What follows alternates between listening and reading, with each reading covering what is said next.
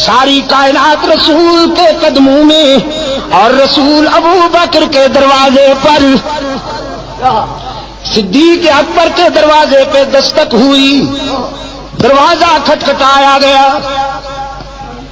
حضرت عائشہ کی غمزدہ ماں نے ڈوبی ہوئی آواز میں پوچھا، من بالباب، کون ہے؟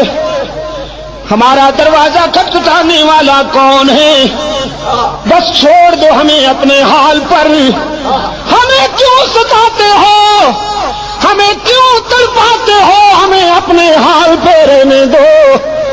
باہر سے کوثر و تسنیم میں دھلی ہوئی آواز بلند ہوئی، ابو بکر کے گھر والوں دروازہ کھولو نا، تمہارے دروازے پہ آسمان رسالت کا سراج منیر آیا ہے، عبداللہ کا یتیم آیا ہے، محمد عربی آئے ہیں، دوڑتی ہوئی آئی ہے۔ حضرت عائشہ کی والدہ دروازہ کھولا، رحمت عالم صلی اللہ علیہ وسلم کو دروازے پہ موجود پایا، عرض کی اللہ کے رسول آپ، صبح صادق طلوع ہو گئی، شام غم کو سویرا مل گیا۔ رحمت عالم صلی اللہ علیہ وسلم نے فرمایا باقی باتیں بعد میں، پہلے یہ بتاؤ میری عائشہ کہاں ہے؟ عائشہ کہاں ہے؟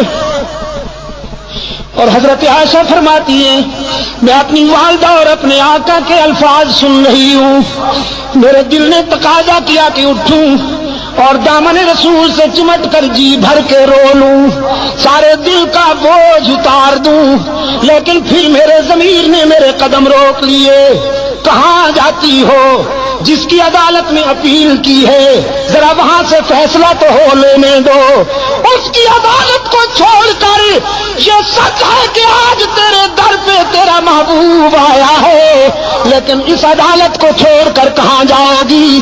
ماں نے عرض کیا اللہ کے رسول، میری بیٹی تو اسی دن سے آنسو میں ڈوب چکی ہے، بولتی بھی نہیں، کسی بات کا جواب بھی نہیں دیتی، مصلے پہ سجدے میں روتی رہتی ہے۔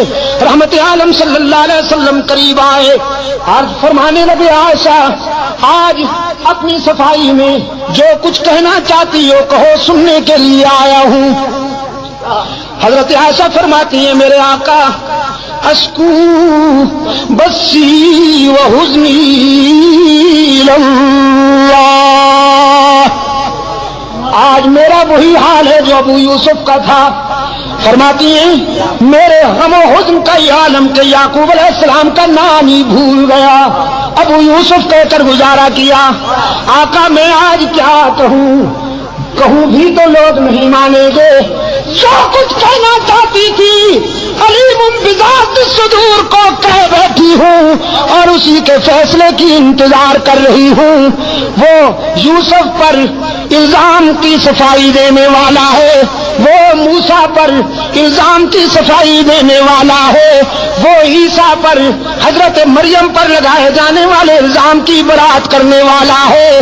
آج ابو بکر کی بیٹی بھی اسی کے دروازے پہ رو رہی ہے، میں نے جو کچھ کہنا تھا اسی کو کہہ بیٹھی ہوں۔ رحمت عالم نے فرمایا عائشہ میں بھی اسی کے فیصلے کا منتظر ہوں، اس لیے کہ تیرے بیٹے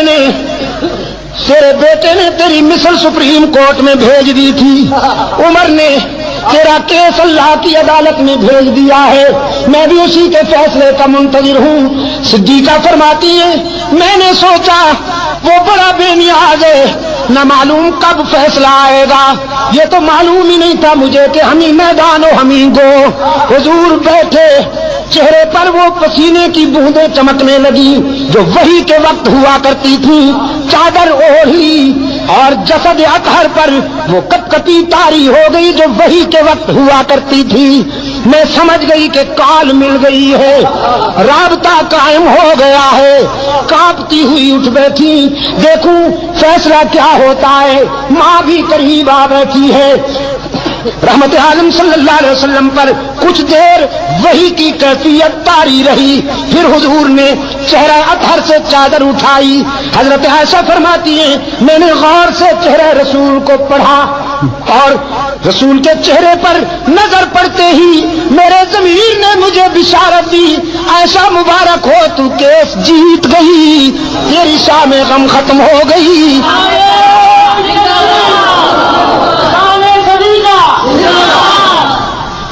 اس لیے کہ رحمت عالم صلی اللہ علیہ وسلم کے چہرے پر غم و حزن کے آثار غائب تھے، راحت و مسرت کا سویرا چمک رہا تھا۔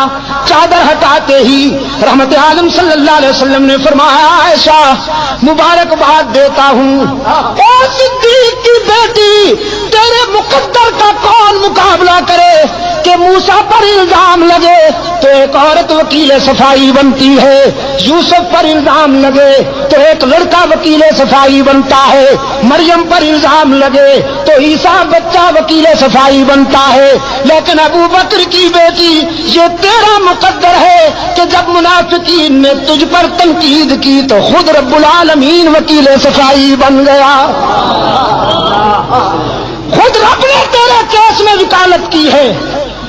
اور قرآن اترا، الخبیثات للخبیثین والخبیثون للخبیثات والطیبات للطیبین والطیبون للطیبات اولئک مبرؤون مما یقولون